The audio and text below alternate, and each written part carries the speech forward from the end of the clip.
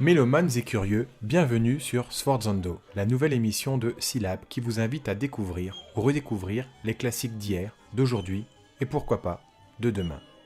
Je me présente, je m'appelle Hugo, je suis professeur de musique au collège et je suis très heureux de vous accueillir pour ce premier numéro de Sforzando.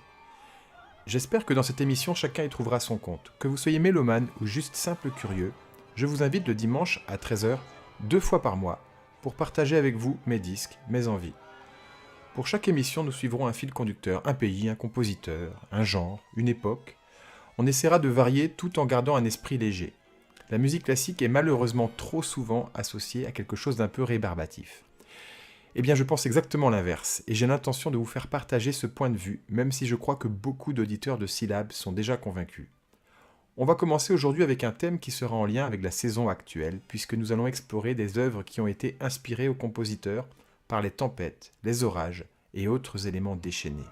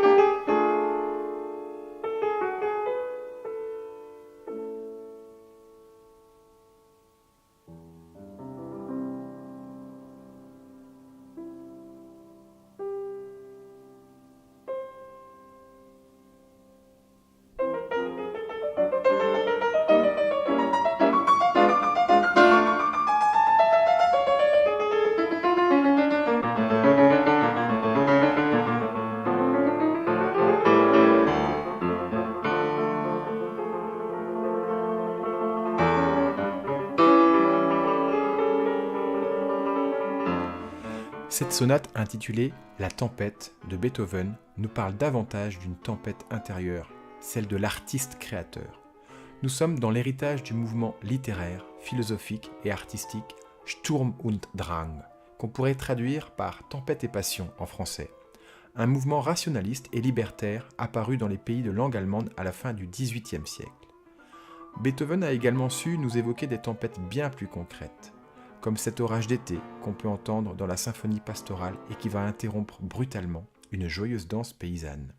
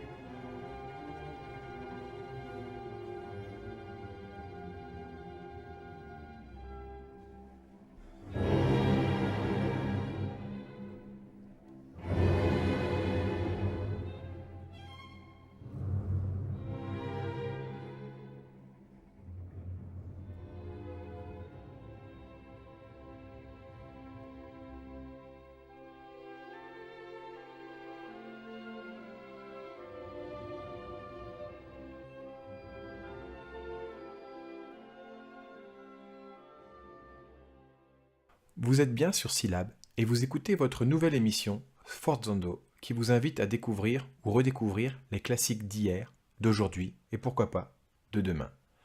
Nous venons d'entendre un extrait de la 6e symphonie, œuvre écrite par Ludwig van Beethoven entre 1805 et 1808. Évidemment, après avoir entendu ça, je ne peux pas vous parler de cet orage d'été de Beethoven sans m'arrêter sur un autre orage d'été plus connu encore.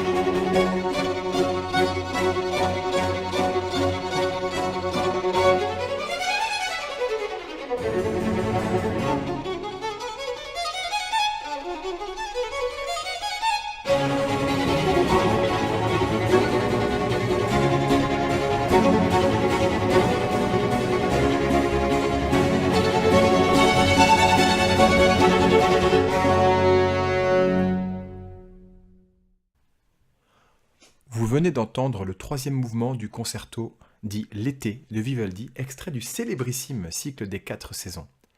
La tempête inspire les compositeurs depuis longtemps, et ces figures de notes répétées aux cordes que vous venez d'entendre sont un cliché de l'époque baroque.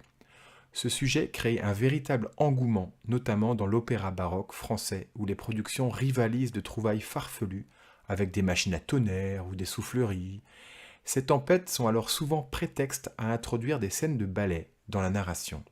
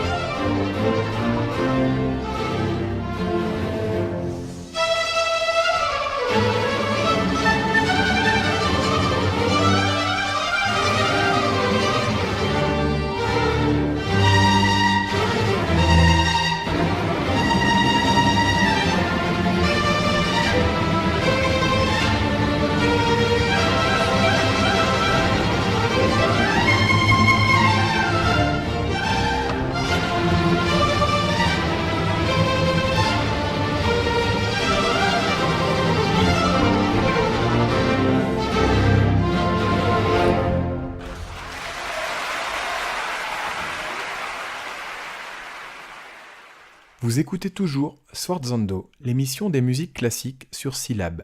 Nous venons d'entendre la scène de l'orage de Platée, composée par Jean-Philippe Rameau. Alors Platée est un ballet bouffon, et oui, c'est comme ça qu'il est intitulé, écrit en 1745. Mais la tempête ne nourrit pas la narration seulement dans l'époque baroque. En fait, elle sert à instaurer une atmosphère de tension dramatique dans toutes les époques, dans les opéras des siècles suivants, et même plus tard dans le cinéma. Wagner nous en donne d'ailleurs un superbe exemple avec le prélude de l'acte 1 de la Valkyrie. Dans cette musique efficace et pourtant si minimaliste, les répétitions obstinées des cordes graves et les trémolos projettent d'emblée le spectateur dans une histoire tourmentée, où le drame peut surgir à n'importe quel moment.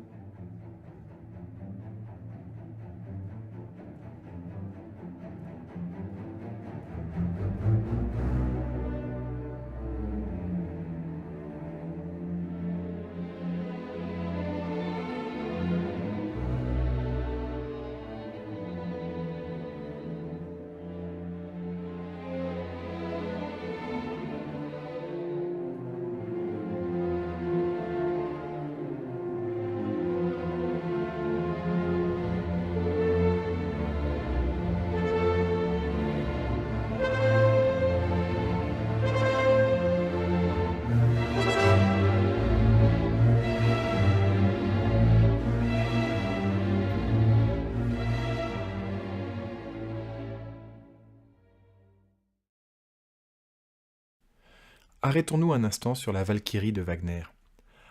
Allons voir du côté de l'acte 2. Dans l'acte 2, la fuite des amants, Siegmund et Sieglinde, qui tentent d'échapper à la vengeance du sinistre Hunding, s'accompagne d'une folle course au sein des éléments déchaînés. Écoutez plutôt.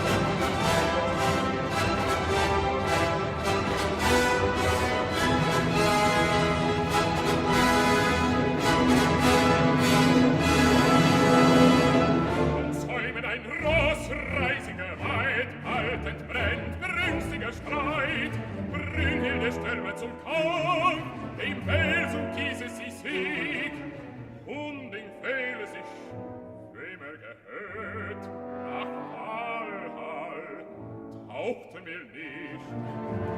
Drum rüst ich und rasch, reite zur Hall.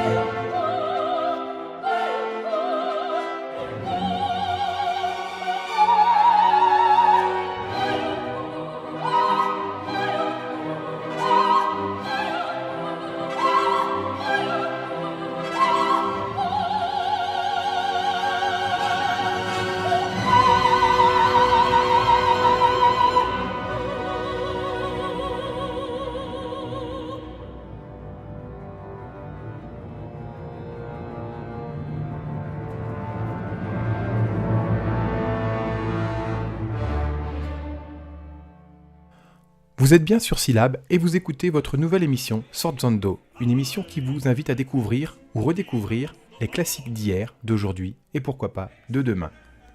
Aujourd'hui, nous parlons de la manière dont les tempêtes ont inspiré les compositeurs. À l'instant, nous venons d'entendre le début de l'acte 2 de La Valkyrie, un opéra de Richard Wagner, compositeur allemand du XIXe siècle. Il existe d'autres compositeurs allemands du XIXe siècle qui se sont inspirés de la tempête dans leurs opéras.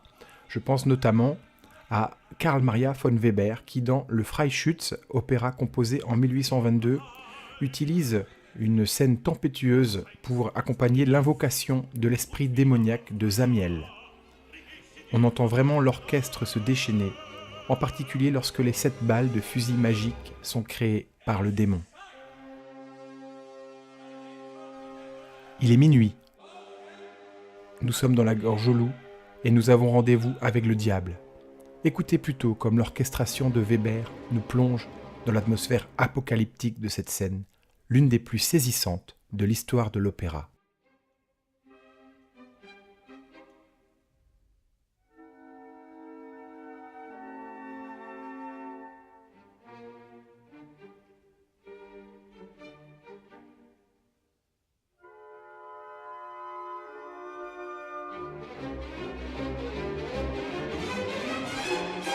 Trefflich bedient.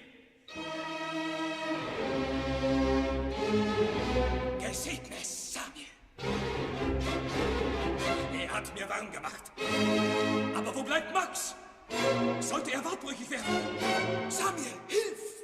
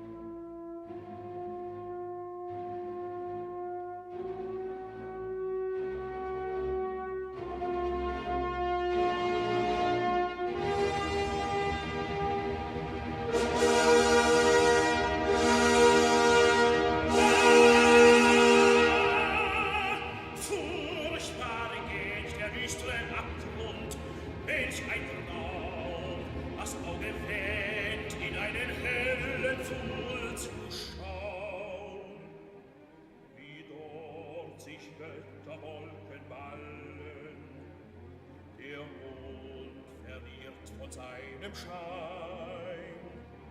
Gespenst, geniebe wilder Wallen, belebt ist das Gestein.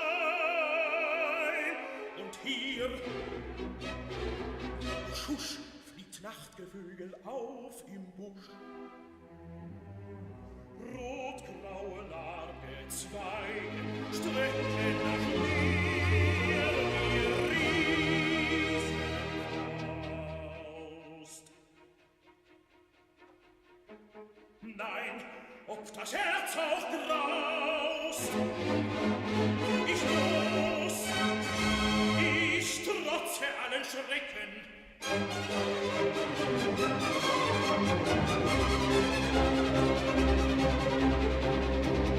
Dank, Samuel. Die Frist ist gewonnen. Kommst du endlich, Kamerad? Ist das auch recht, mich so allein zu lassen? Siehst du nicht, wie mir sauer wird? Ich schoss den Adler aus hoher Luft. Ich kann nicht rückwärts. Mein Schicksal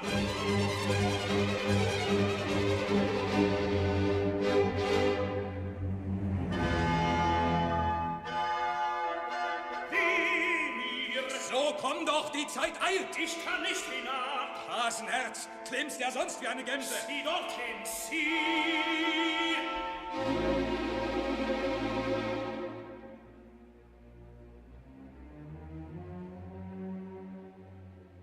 Was dort sich weist, ist meiner Mutter Geist. So lag sie im Sarg, so ruht sie im Grab. Sie steht mit warnendem Blick, sie winkt mir zurück. Hilf, Samuel! Alberne Fratzen! Sieh noch einmal hin, damit du die Folgen deiner feigen Torheit erkennst.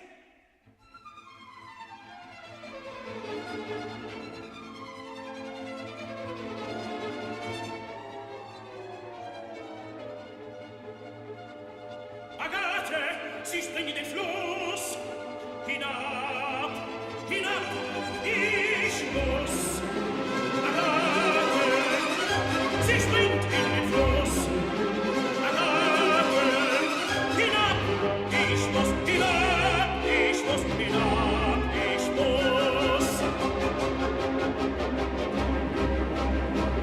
Ich denke wohl auch. Hier bin ich. Was habe ich zu tun?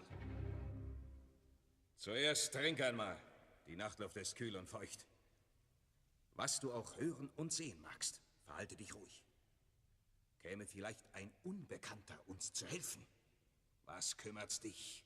Wie wird das enden? Nicht ohne Widerstand schenken verborgene Naturen den Sterblichen ihre Schätze. Nur wenn du mich selbst in Not siehst, dann komm mir zu Hilfe und rufe, was ich rufen werde. Sonst sind wir beide verloren. Die Augenblicke sind kostbar. Merk auf, damit du die Kunst lernst. Hier erst das Blei. Etwas gestoßenes Glas von zerbrochenen Kirchenfenstern. Das findet sich. Etwas Quecksilber. 3 Kugeln, die schon einmal getroffen. Das rechte Auge eines Wiedehopfs. Das linke eines Luchses. Probatum est. Und nun den Kugelsiegen.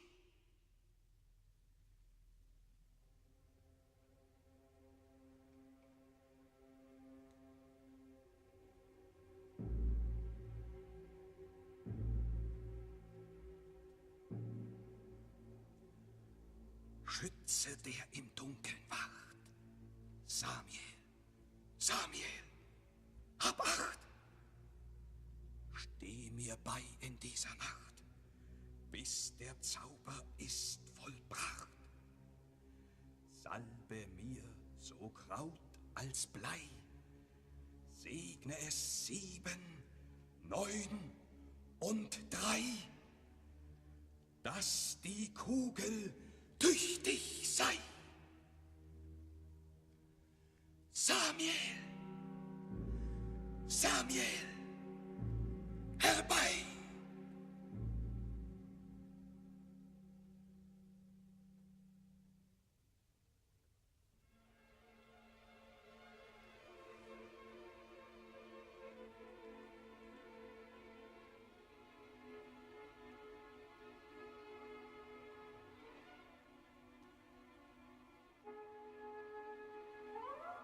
Eins!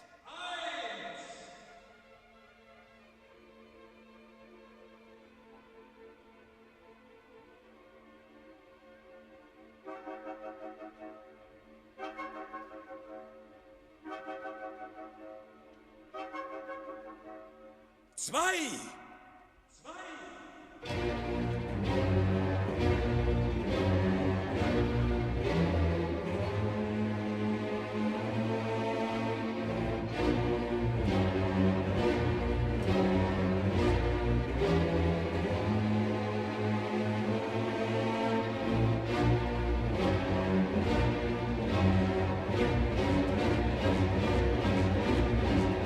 Drei!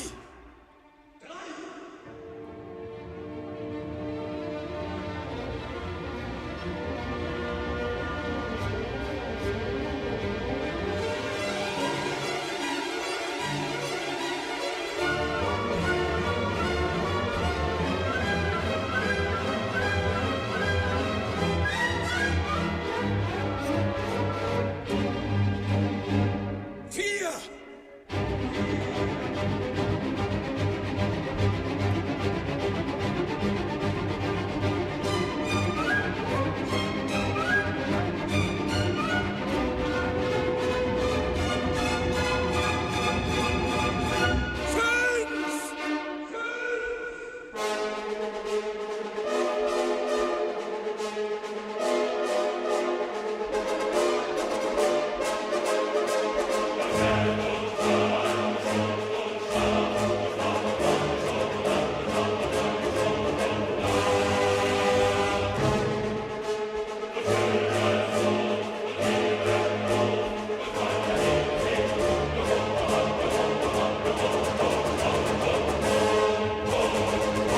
Wehe das wilde Heer!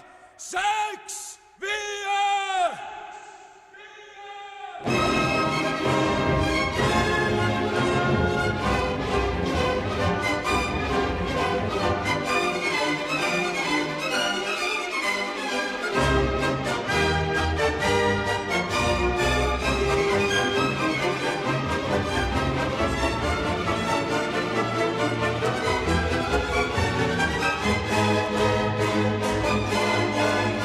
Samuel!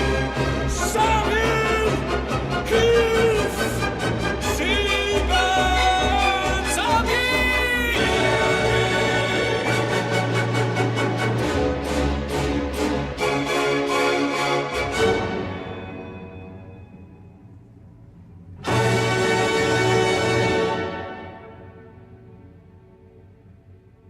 Aujourd'hui, dans l'émission Sforzando, nous évoquons comment la tempête a influencé les compositeurs. Nous venons d'écouter la scène de la Gorge-Loup, extraite du Freischütz, opéra de Karl Maria von Weber, composé en 1822. Toujours dans l'univers de l'opéra, au XIXe siècle, je ne résiste pas à l'envie de vous faire écouter la pantomime de l'acte 4 des Troyens d'Hector Berlioz. Alors déjà, c'est une super musique, et en plus, indiscutablement, ce morceau fait date dans l'histoire de la musique. Ce morceau était si difficile à jouer que Berlioz n'a jamais pu l'entendre de son vivant. En effet, la condition pour que le pauvre Hector puisse faire jouer son œuvre était d'opérer des coupures dans la partition. Et cette pantomime de 10 minutes, aux dimensions d'un véritable poème symphonique, n'y a pas résisté. Aujourd'hui, elle est encore redoutée par les musiciens, et il existe de nombreux exemples de live où les orchestres s'en mêlent les pinceaux. En effet, À un moment, Berlioz superpose 3 types de mesures différentes, notamment dans le passage le plus critique, pile au moment de l'entrée des chœurs. Et en plus, comme si ça ne suffisait pas, il ajoute de la difficulté en spatialisant l'orchestre. En effet, il demande notamment de placer des timbales sur scène et dans la fosse d'orchestre. Il y a donc des musiciens qui jouent des timbales sur scène et dans la fosse. Les musiciens de la scène et de la fosse doivent néanmoins frapper l'instrument en même temps. Berlioz, qui était un précurseur dans le domaine de l'acoustique, avait en effet deviné, il avait compris que les spectateurs ne les entendraient pas en même temps et qu'en plus ça ferait un effet d'écho assez particulier. Donc ça crée en fait un sentiment d'immersion très impressionnant pour le spectateur. Malheureusement, difficile à restituer par le biais du disque. L'idéal, bien sûr, est d'aller écouter les œuvres lorsqu'elles sont jouées dans les opéras. Alors pour cet extrait, n'ayez crainte, j'ai choisi pour vous des musiciens qui ne s'en mêleront pas les pinceaux, sous la baguette de Sir Colin Davis, qui connaît bien son affaire lorsqu'il s'agit de Berlioz. Donc Berlioz, Chasse royale et orage, extrait des Troyens.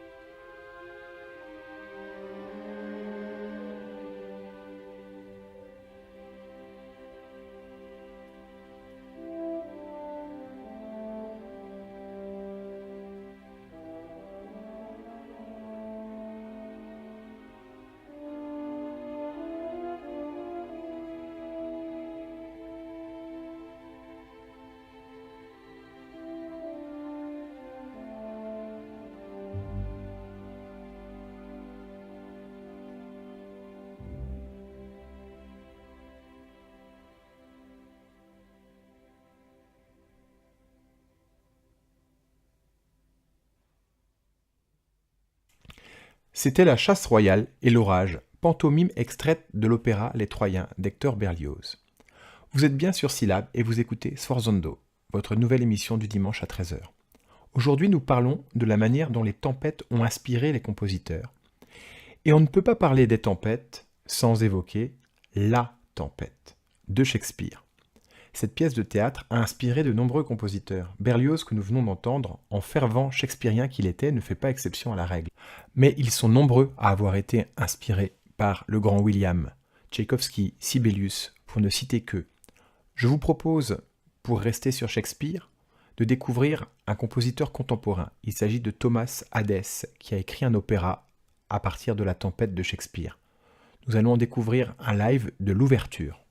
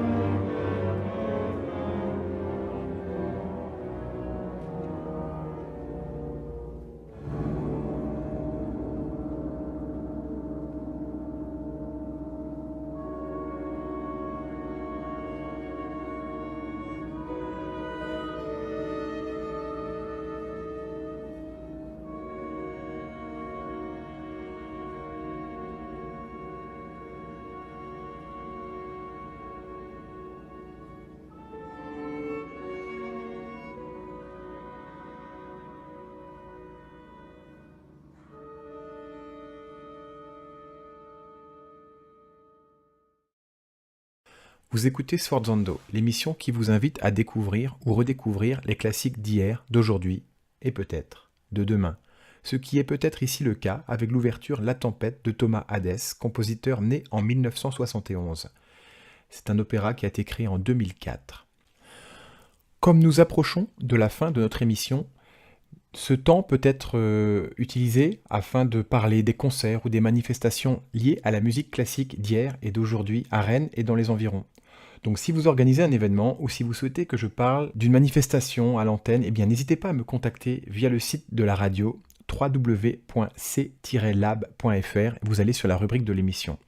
Alors de mon côté, je peux vous proposer quelques rendez-vous musicaux dans les environs. Par exemple, samedi 18 novembre 2017, à partir de 20h30 à l'église du Reux, donc près de Rennes, vous pouvez aller écouter le quatuor Prise de Bec, qui est un quatuor de flûte à bec. Ce concert sera l'occasion de découvrir de façon ludique la flûte à bec sous toutes ses formes, de la soprane à la sous-basse, qui mesure environ 2 mètres.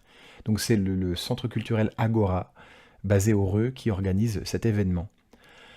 Plus près de nous, le mardi 7 novembre 2017, à partir de 19h, à Chartres de Bretagne, au pôle sud de Chartres, rue de la Contrie, vous pourrez écouter Nicolas Primo, qui propose un panorama du répertoire pour guitare, donc essentiellement tourné vers des figures emblématiques de cet instrument, pour lequel certains compositeurs ont composé un grand nombre d'œuvres. Le tarif est de 6 € ou 4 € pour tarif réduit.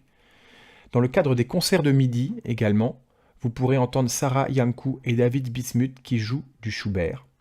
Donc l'intitulé de ces concerts, c'est Aimez-vous Schubert. Ils vont faire une série de 4 concerts avec 2 avant-concerts, donc c'est intéressant. Vous aurez des leaders, la sonate arpeggione ou des moments musicaux. Alors, notamment, concert samedi 11 à 18h avec un avant-concert à 17h. Ou alors dimanche 12 à 11h30 avec un avant-concert à 10h30. Et enfin, lundi 13 et mardi 14 dans le cadre des concerts de midi, donc à 12h30. Ça se passe à l'Auditorium Espace International. Donc c'est l'ancien institut franco-américain qui se situe quai Chateaubriand.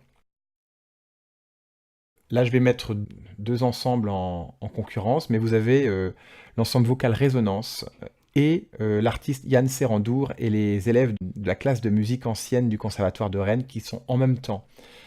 Ce sera le dimanche 19 novembre. Alors l'ensemble vocal Résonance, eux, ils vont plutôt faire de la musique italienne, des madrigaux, motets polyphoniques, de Monteverdi, Marenzio, et ça se passe à 17h à l'église de Torigny-Fouillard. Si vous voulez aller écouter un concert très baroque dans tous les sens du terme, vous pouvez aller à la Criée, donc dans le centre-ville de Rennes, écouter toute une approche conceptuelle autour de l'instrument, le clavecin, qui est un peu emblématique de l'ancien régime et de la musique baroque. Notre émission touche à sa fin, et je vous remercie de l'avoir suivie.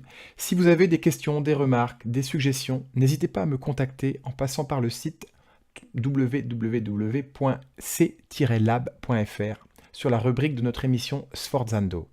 Vous pouvez d'ailleurs réécouter le podcast de l'émission par ce biais. Je tiens à remercier toute l'équipe de Silab qui m'octroie sa confiance pour ce projet. Cette émission sera rediffusée dimanche prochain à la même heure, mais je vous retrouve dans 15 jours. Allez, je vais vous faire un petit teaser. Guy Ropartz, Paul Leflemme, Jean Cras ou encore Didier Skiban, Benoît Menut, Yvan Cassard. Qu'ont-ils en commun ? Alors déjà, ce sont des compositeurs, mais en plus, ils sont bretons. Ils sont nés à Guingamp, à Rennes, à Brest. Certains ont traversé le monde, d'autres ont labouré la Bretagne. Notre seconde émission leur rendra hommage, en explorant leurs œuvres, parfois injustement oubliées. Après toute cette tourmente, je vous propose de nous quitter en écoutant Marine de Guy Ropartz, interprétée par l'Orchestre National des Pays de la Loire, sous la direction de Hubert Soudan. Bon dimanche à tous et à très bientôt les mélomanes.